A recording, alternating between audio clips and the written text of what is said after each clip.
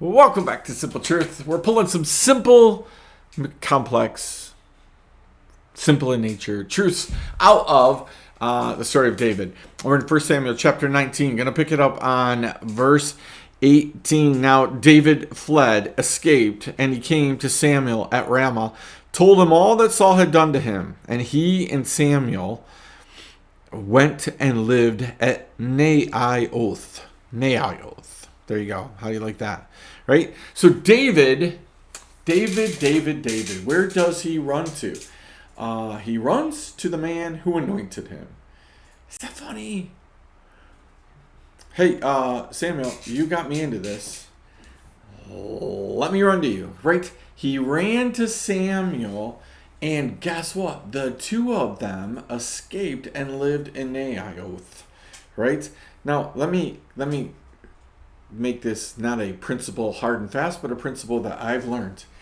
Man, when we're escaping the enemy, right? Sometimes God sends us to the right person who teams up with us. And now we got a personal mentor. Look at Samuel had personally been with Saul. Now he's personally being and overseeing this part of the education of David. David had been in the king's hall, had seen what it was like to be the king. Now David was going to spend some time one-on-one with Samuel learning about the God that he was serving. You understand? This sounds a little bit similar in nature because we've seen this before. Where have we seen it before? Well, the first thing that should pop out of your head is Moses. Right? Moses started, right, with the Pharaoh in Egypt, learned how to rule people, learned how to be a leader, learned how to lead an army, learned all these things. And then what did God do? He drew him out into the wilderness, right? For some personal one-on-one training, right? This is the same thing. David knew, right, what it was like to be in the hall of the king. How about now you learn how to serve the God of the king, right? And you could bet in this training that there's a little bit of undoing, a little bit of redoing, right? A little bit of new training, all kinds of things. But in verse 19, it says, he was told Saul, right? Behold, David is at Naioth in Ramah. I don't know why I have such a hard time with that. Then Saul sent messengers to take David, and when they saw the company of prophets prophesying and Samuel standing as head over them, the Spirit of God came upon the messengers of Saul, and they also prophesied. When it was told Saul, he sent other messengers. They also prophesied. And Saul sent messengers again a third time, and they also prophesied. Then he himself went to Ramah, came to the great well that is in Seku, and he asked, where are Samuel and David? And one said, behold, they are at Naioth in Ramah. And he went there.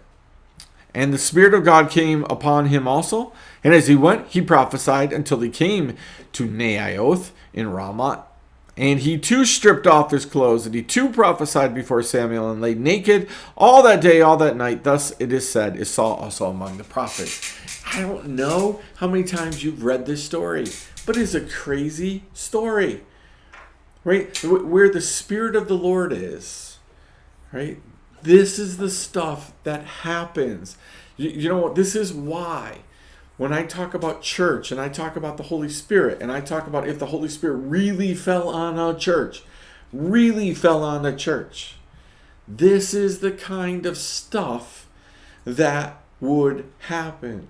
People walk into the church, the presence of the Lord is so strong, so heavy, that they respond to the presence of the Lord in worship, in prophecy in this case, right?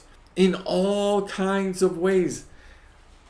But again, we believe we have control. We believe we're gonna be able to walk into a church, the Holy Spirit. So we just feel a little tingle. We feel something, right?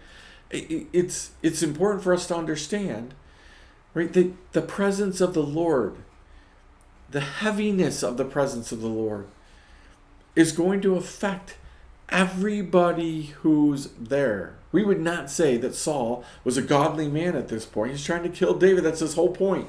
He sends 3 sets of messengers. All 3 sets step forth in front of Samuel and David and immediately start prophesying. Let me say this to you. You can think I'm off my rocker. If you're still listening to me, you probably have gotten past that already. Right? I believe that there are times where people, they come to places with bad intentions. But the Spirit of the Lord can be so upon us that they will have no other recourse but to join with God instead of fighting against him. It's exactly like Balaam. It's exactly like Barak. It's exactly like that story where he didn't have a choice but to bless the Israelites. He was trying to curse them. He was asked to curse them for a prophet. But he didn't have any choice but to bless them. Right? The king gets so angry in that story. I've asked you 3 times to curse him, and you won't do anything but bless him. Right? And Balaam says, I don't have a choice. I don't have a choice. In this case, 3 sets of messengers start prophesying. And then Saul himself comes. And isn't it funny that in the sight of God, there's also humility.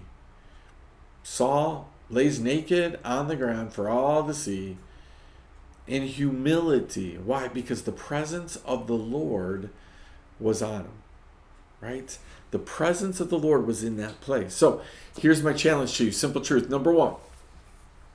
This is more than one challenge. Number 1.